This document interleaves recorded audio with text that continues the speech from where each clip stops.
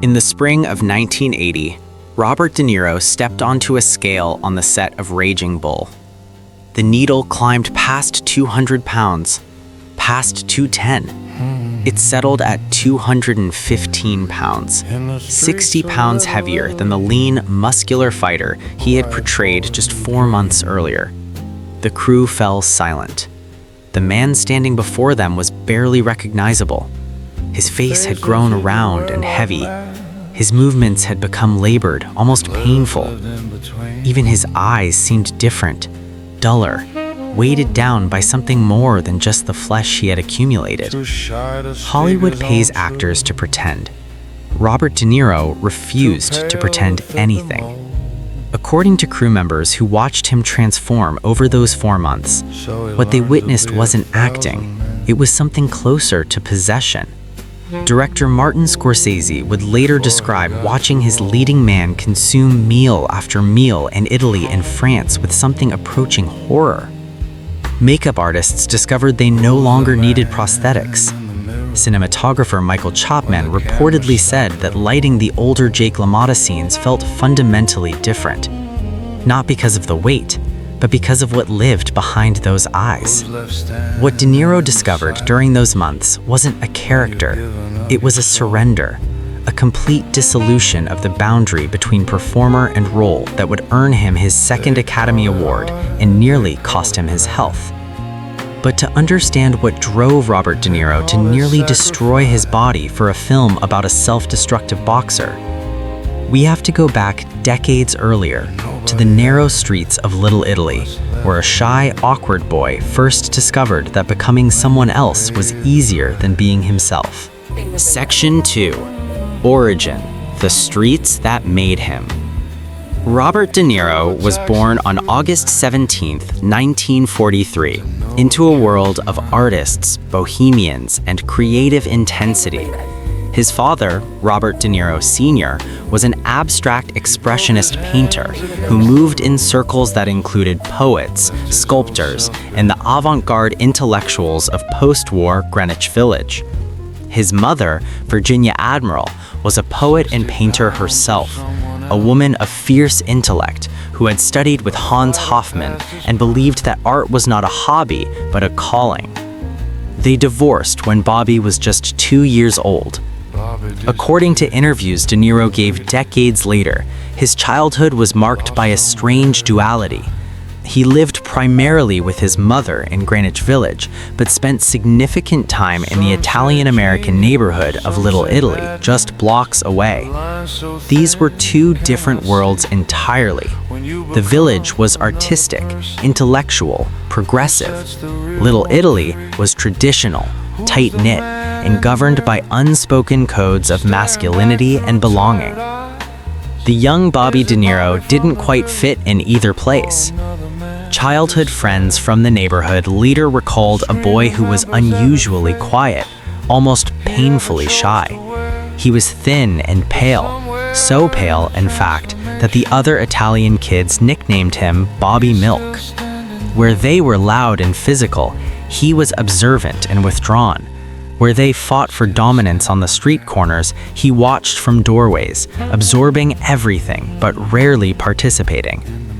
His mother once revealed in an interview that young Bobby would sometimes spend entire afternoons sitting quietly, watching the street life unfold below their apartment window. He seemed to be studying people, she noted, cataloging the way they moved, spoke, interacted. It was as if he was preparing for something he didn't yet understand. The escape came at age 10. A neighborhood friend invited him to participate in a small theatrical production, and something shifted inside the pale, quiet boy.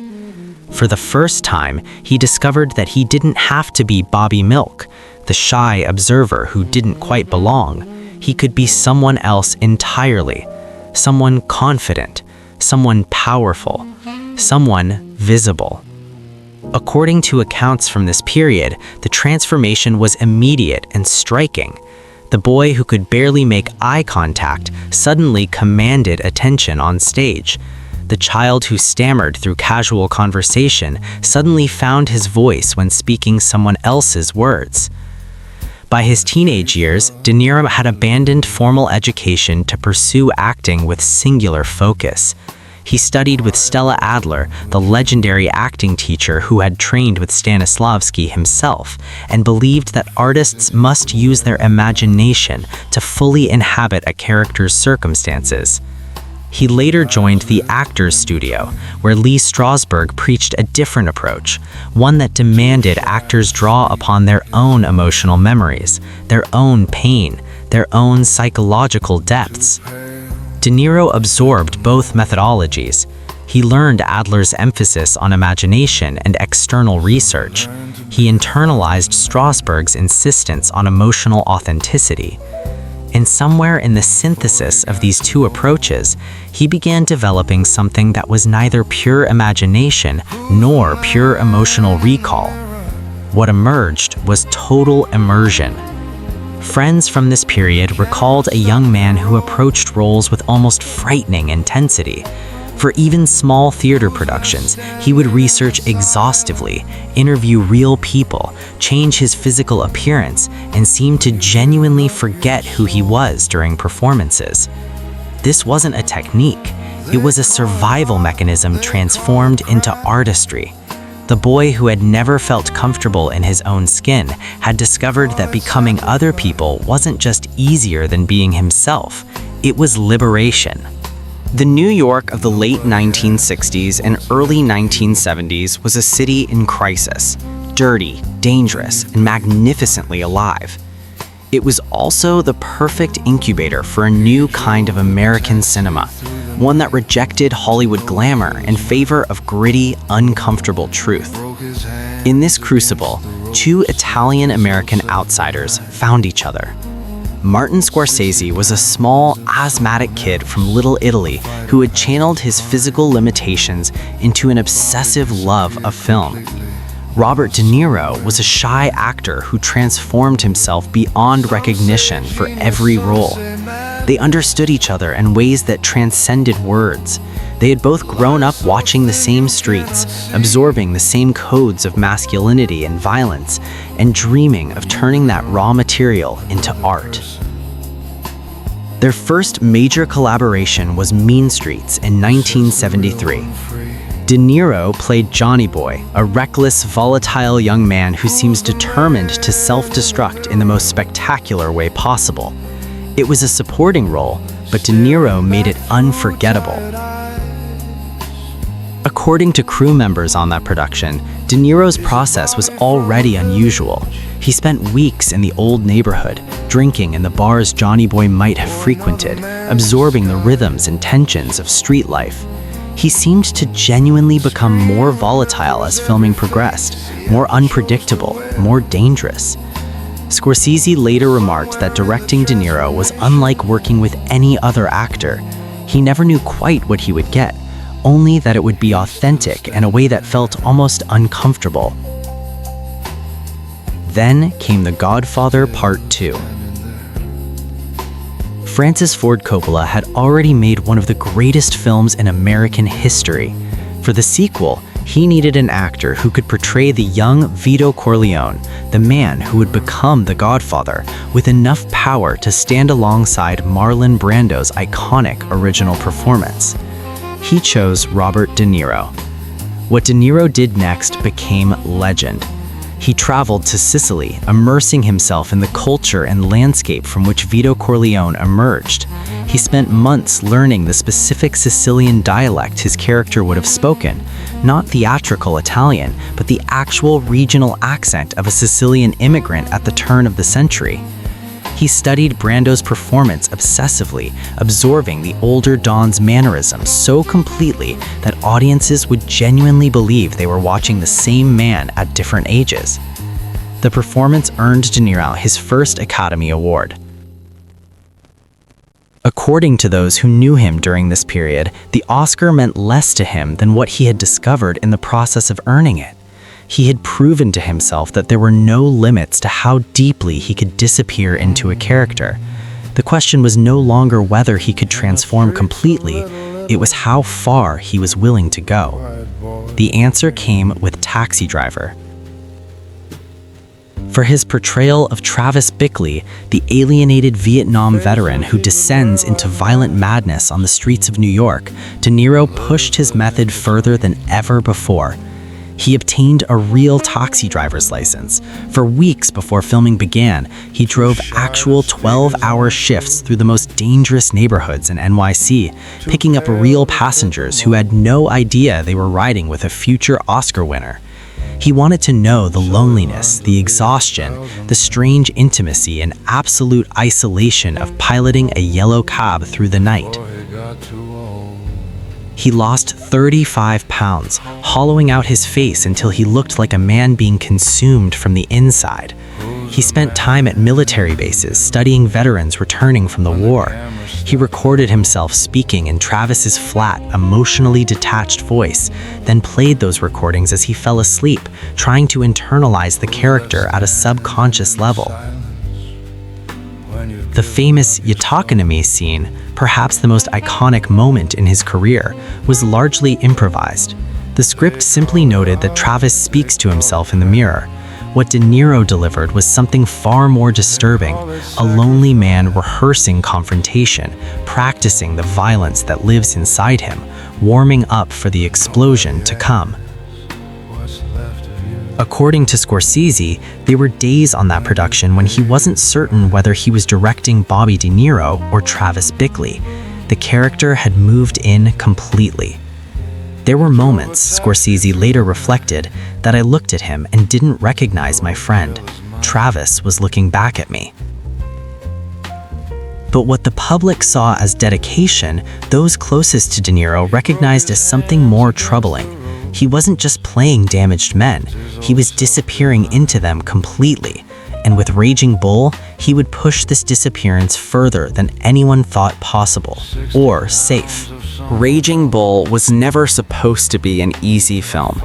The story of Jake LaMotta, the Bronx Bull, a middleweight boxing champion whose career was defined as much by self-destruction as by victory, had been circulating in Hollywood for years. De Niro had read LaMotta's autobiography in the mid-1970s and became obsessed. He saw something of himself in the fighter's story, a man who channeled inner demons into physical expression, who pushed his body to extremes, who seemed almost to enjoy punishment. Scorsese initially was reluctant. He was struggling with personal demons of his own during this period, and the darkness of LaMotta's story felt almost too close to home. But De Niro was relentless. He brought up the project repeatedly, pushing Scorsese to recognize what the material could become. According to accounts from both men's circles, De Niro saw something in Raging Bull that went beyond filmmaking. This would be the ultimate test of his method, a role that would require him to not just portray violence, but to genuinely experience it, not just simulate physical transformation, but to actually undergo it. The preparation. Before a single frame was shot, De Niro spent over a year training to become a boxer. Not to look like a boxer, to actually become one. He worked with Jake LaMotta himself, now in his late 50s but still carrying the knowledge of 1,000 fights in his body. LaMotta taught De Niro not just technique but philosophy, how a fighter thinks, how he breathes, how he reads his opponent's intentions in the microseconds before a punch lands. But De Niro wanted more than lessons. He wanted to know what it felt like to actually get hit. Sources close to the production later revealed that De Niro entered actual boxing matches during his training, not exhibition bouts, but genuine amateur competitions where the punches were real and the consequences physical. He reportedly won 2 out of 3 matches, but winning was almost beside the point. He wanted to know what it felt like to really get hit, LaMotta later said in interviews. Not stage combat, real leather on your face, the flash of white when you take one you didn't see coming, the taste of blood in your mouth. He needed to know. The physical toll was significant. According to reports from the production, De Niro suffered a broken nose during training, not once, but multiple times. He cracked ribs. He damaged the cartilage in his hands. He accumulated the small injuries that every genuine fighter carries, the swollen knuckles, the scar tissue around the eyes, the shoulders that ached every morning. By the time cameras rolled on the young Jake LaMotta scenes, De Niro had become a legitimate boxer. The fighting sequences in the film aren't choreographed in any traditional sense. They're controlled violence, performed by a man who genuinely knew how to hurt and be hurt. The shutdown. The production shot all of the young Jake LaMotta scenes first. De Niro was lean and muscular, moving through the fight sequences with genuine athletic grace. The crew marveled at his physical conditioning, his timing, his willingness to absorb real hits for the sake of authenticity. Then everything stopped. Raging Bull shut down production for 4 months. This was nearly unprecedented, a major studio picture simply going dark while its star undertook his next transformation. De Niro's assignment was simple to describe and almost impossible to execute. Gain 60 pounds. Not through prosthetics or padding, not through camera angles or clever costuming, through actual physical weight gain that would transform him into a middleweight fighter, into the bloated, dissipated man Jake LaMotta became in the years after his career ended. The weight gain. De Niro traveled to Italy and France for his self-imposed exile. According to those who observed him during these months, he approached eating with the same methodical intensity he brought to learning Sicilian dialect or obtaining a taxi license. This wasn't indulgence, it was discipline in reverse. Every meal was a performance, plates of pasta consumed mechanically without joy, entire baskets of bread eaten as obligation, rich desserts followed by more desserts. He reportedly kept food logs, tracking his consumption the way a fighter might track training sessions. The goal wasn't pleasure, but accumulation, packing on pound after pound while his body screamed for him to stop. The physical consequences began almost immediately. According to accounts from this period, De Niro experienced severe breathing difficulties as his weight climbed. His joints ached constantly from carrying mass his frame was never designed to support. He became lethargic, both from the physical burden and from the metabolic disruption of such rapid weight gain. His sleep was disturbed, his energy was depleted. When De Niro returned to the Raging Bull set 4 months later, the crew's reaction was visceral. They didn't recognize him. The transformation went beyond weight. His face had become round and heavy, the sharp features that defined his earlier work softened and buried beneath flesh. His movements had changed, slower, more labored, almost painful to watch. Even his breathing was different, heavier, more effortful. According to makeup department personnel, their jobs had become almost irrelevant. "We didn't need prosthetics," one crew member reportedly said. He had become Jake. But what concerned Scorsese wasn't the physical transformation. It was what had happened behind De Niro's eyes. There was something different in his eyes, Scorsese reflected in later interviews about the production. Heavier, like he was carrying something that wasn't just weight. The performance. The scenes featuring the older Jake LaMotta are among the most disturbing in American cinema, not because of violence or explicit content, but because of their emotional rawness. Watch the famous mirror scene. Jake, now a nightclub performer, rehearses his pathetic act alone in a dressing room. "I'm the boss, I'm the boss, I'm the boss," he mutters to his reflection, and the words are both declaration and question, confidence and desperation intertwined. De Niro isn't playing a broken man in this scene. According to those on set, he had allowed himself to become one. The weight gain had done something to his psychology that went beyond method acting. The physical discomfort was constant. The breathing difficulties created a perpetual sense of diminishment. The sheer mass of his body had changed the way he related to space, to movement, to himself. According to those who observed him on set during these final weeks of production, De Niro had essentially stopped being Robert De Niro. He spoke in LaMotta's rhythms. He carried LaMotta's shame. He seemed genuinely confused at times about where the character ended and the actor began. There were days, one crew member later recalled, when no one was sure where Jake ended and Bobby began, including, I think, Bobby himself. The aftermath. When filming wrapped, the real work of recovery began. Doctors who examined De Niro expressed serious concern about the damage his transformation had caused. The rapid weight gain had strained his cardiovascular system. His joints showed early signs of the kind of wear typically seen in much older patients. His cholesterol and blood pressure had reached dangerous levels. According to medical professionals consulted during his recovery, De Niro had taken years off his life expectancy through this single role. The damage wasn't easily reversible. Some of it, in fact, would never fully heal. The weight came off slowly, far more slowly than it had gone on.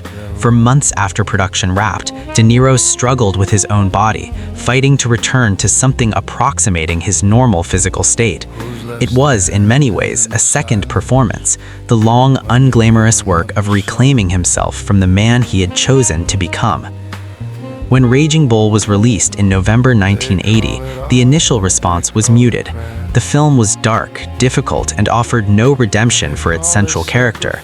Audiences expecting perhaps another Rocky-style underdog story found instead a brutal examination of masculine violence and self-destruction. But the critics understood what they had witnessed. De Niro won his second Academy Award for Raging Bull. Standing at the podium, significantly thinner but still carrying the effects of his transformation, he offered his typically brief acceptance speech. He did not discuss the process. He did not mention the weight gain, the broken bones, the months of physical misery. That was never his way. But those who watched him accept that award understood what it cost him. The golden statue was earned not just through talent, but through a kind of sacrifice that most performers would never consider, and shouldn't. The question that lingered, even in that moment of triumph, was whether any performance, however magnificent, was worth what De Niro had done to himself to achieve it. There is a difference between preparing for a role and becoming possessed by one. Every serious actor prepares. They read scripts repeatedly, they research their characters' worlds, they work with directors to understand motivation and subtext. This is craft, the learned skill of creating believable human behavior on screen or stage. What De Niro did was something else entirely. In rare interviews over the years, De Niro has been reluctant to analyze his own process. He seems to find the questions slightly embarrassing, as if the work should speak for itself without requiring explanation. But occasionally, glimpses of his thinking emerge. "I don't know how to explain it," he said in one such moment. "You just have to believe it, completely. Not pretend to believe it, actually believe it. This isn't just technique. It's a kind of temporary psychosis, a willing suspension not of disbelief, but of self." Those who worked closely with De Niro during the Raging Bull production observed something that went beyond dedication. Joe Pesci, who played Jake's brother Joey and would go on to collaborate with De Niro and Scorsese multiple times, reportedly found the experience both inspiring and unsettling. You didn't know sometimes who you were talking to, Bobby or Jake, and I don't think Bobby always knew either. Kathy Moriarty, making her film debut as Jake's wife Vicky, was plunged into scenes of intense psychological violence with a leading man who wasn't entirely acting. The domestic conflict in Raging Bull feels uncomfortable because on some level, it was genuinely happening between the performers. Scorsese, who understood De Niro's process better than perhaps anyone, has spoken about the responsibility of directing someone who disappears so completely. You have to take care of them. They're not protecting themselves. They can't. So you have to be the one watching, making sure they can come back. But during Raging Bull, even Scorsese wasn't certain his leading man would fully return. The personal cost extended beyond the physical. According to those in De Niro's life during this period, he was essentially unavailable for anything beyond the production.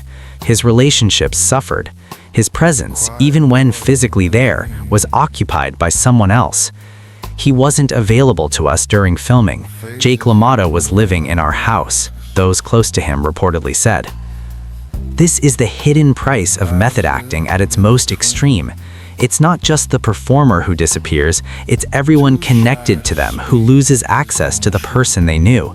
Families wait for their loved ones to return. Friends recognize that the person across the table isn't quite the person they remember.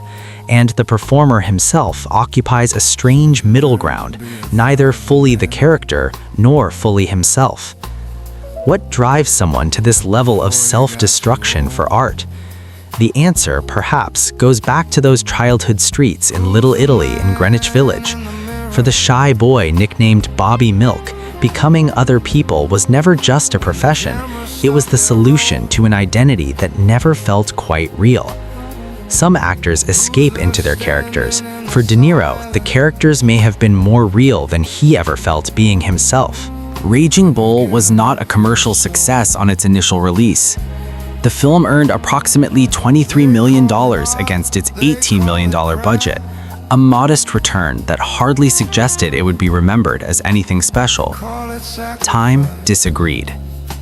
In 1990, critics and filmmakers were polled about the best films of the 1980s. Raging Bull topped nearly every list. It wasn't even close. The film that had struggled to find its audience upon release was now recognized as perhaps the greatest achievement of its decade, a masterpiece of direction, cinematography, and performance that showed what cinema could accomplish when artists fully committed to their vision. De Niro's Oscar win was the culmination of a campaign that emphasized the physical transformation but couldn't fully capture its meaning. The Academy recognized what he had done, but even they may not have understood the complete scope of the sacrifice. The legacy extends beyond the single performance. De Niro's work in Raging Bull changed expectations for what actors could and perhaps should do in service of their roles. Watch Christian Bale's filmography and you see De Niro's influence in every physical transformation, from the skeletal insomniac of The Machinist to the bloated sociopath of American Hustle. Joaquin Phoenix's descent into the Joker carried echoes of the psychological commitment De Niro pioneered. Jared Leto, Charlize Theron, Matthew McConaughey, an entire generation of performers learned from De Niro that the body itself could be an instrument of character. But did he set a dangerous standard? The question haunts conversations about method acting in the decades since Raging Bull. When performers damage their health for roles, are they artists or are they troubled individuals who need intervention rather than applause? When studios demand physical transformations that risk long-term consequences, are they creating conditions for art or for harm? De Niro himself has offered little guidance on these questions. He has generally avoided revisiting his most extreme work, preferring to focus on current projects rather than analyze past sacrifices. His later career has been varied. There have been masterpieces, Goodfellas, Casino, Heat, and there has been work that seemed designed more for paychecks than posterity. Critics have sometimes questioned whether the actor who once transformed himself beyond recognition has become content to simply show up and collect fees for lesser material. But perhaps this is unfair. Perhaps the performer who nearly destroyed himself for Raging Bull earned the right to coast occasionally. Perhaps the physical consequences of that transformation made future extremes impossible, even if the desire remained. Does he regret what he did for Jake LaMotta? If so, he has never said. And in that silence, there is perhaps a kind of answer. The work exists. The performance will outlive everyone who witnessed it. Whatever the cost, it was paid willingly, and the result is something that approaches immortality. Robert De Niro is now in his 9th decade of life. The body that once transformed from lean boxer to bloated wreck and back again now hooves more carefully. The face that wore so many masks has settled into itself at last, weathered by time in ways that makeup and method could never accomplish. When he speaks now about his early work, when he speaks at all, there is sometimes a distance in his eyes, as if those performances happened to someone else. As if the man who gained 60 pounds for art, who entered boxing matches to know how it felt to bleed, who drove taxicabs through midnight streets to understand loneliness, was a different person entirely. Perhaps he was. The relationship between artist and art is never simple. Those who give themselves completely to their work leave something of themselves behind. Fragments of identity scattered across rules like offerings at an altar. They cannot fully return from such journeys. They come back carrying pieces of every character they inhabited, changed in ways they may not even recognize. Was it worth it? The question assumes a choice that may never have existed. For Robert De Niro, disappearing into other people wasn't a technique he learned. It was a survival mechanism he discovered as a child and refined into art as a man. He could no more have pretended to be Jake LaMotta than he could have pretended to be himself. The boy from Little Italy who was too shy to exist in his own skin found liberation in becoming everyone else. And in that liberation, he showed us something true about performance, about identity, about the fragile boundaries we construct between who we are and who we could become. Some actors play characters. Some become them. And a rare few, like the pale, quiet boy the neighborhood called Bobby Milk, discovered that the line between playing someone else and losing yourself was never really there at all. Robert De Niro didn't just act, he transformed. And in that transformation, he showed us something true about human nature that no amount of pretending ever could. That we are all capable of becoming someone else entirely. The only question is what it costs us to come back. What's the most extreme transformation you've seen an actor undergo for a role? Was it worth the cost? Tell us in the comments below. We want to hear your thoughts on where the line between dedication and danger should be drawn. And if you think De Niro pushed the limits of physical transformation, wait until you hear about the Golden Age star who spent 6 months locked in a psychiatric hospital to prepare for a role, and what she found there that nearly ended her career forever. That story is coming soon. Don't miss it. Hit subscribe and click that notification bell so you'll be first to know when it drops. Here at Starlight News Network, we go beyond the headlines to bring you the real stories behind the legends, the sacrifices, the struggles, and the truth that rarely makes the magazines. Every week, we dive deep into Hollywood history to uncover what the studios didn't want you to know. If you found this story compelling, help us spread the word. Like this video, share it with a fellow film lover, and join us next time as we continue exploring the legends who gave everything for their art. Until then, keep looking at the stars.